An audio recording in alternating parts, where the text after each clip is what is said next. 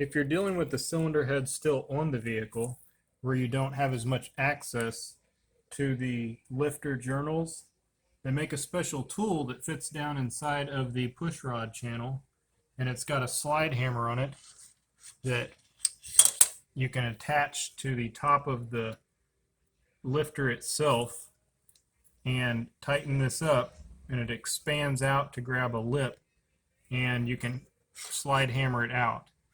But I found that instead of slide hammering it out, if you put a little bit of tension on the outside and hammer it back down as you're pulling up and just work it, you can get this to come out a lot easier. Otherwise, you might break the neck off the lifter itself. So for example, you'll come in here and grab the neck of this with your pliers, tighten it clockwise.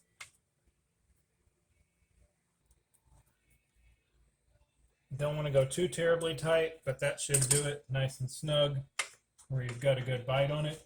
And rather than hammering and hammering and hammering this, you're more than likely going to break it. If it wants to come, that's great, but you'll typically start hearing a hard tick. And I found that if you just give it a little bit of a pull with a tap, so that it has an up and down motion, it'll chisel away some of that carbon quite a bit better. You'll want to make sure you're adding some penetrating oil at the same time. So a little bit of pressure. Spray some penetrating oil down in there. Twist it some.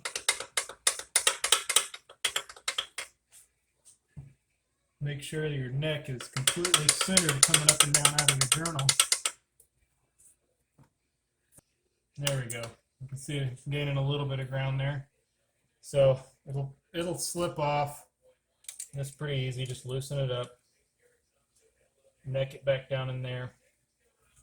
Tighten it up a little bit more.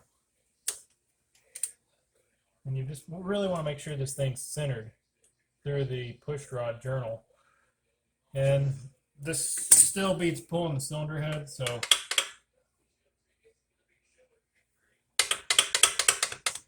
there we go. Once you're out that far, you're pretty good at that point. So you can drive it back down, move it back up. But for the most part at that point, you can take your tool loose. You'll have to take the head off. In this special tool, there's actually a ball bearing down inside there that spreads the neck apart. So just make sure you don't want to lose that ball bearing. For example, you don't want to lose that ball bearing down in your intake or something. So just go ahead and softly snug your tool back together, and then getting it out from there is pretty easy. At this point, you can pretty much get it with your fingers, but you could hook in there just anything. Give it a little snug pull. Should come right out of there.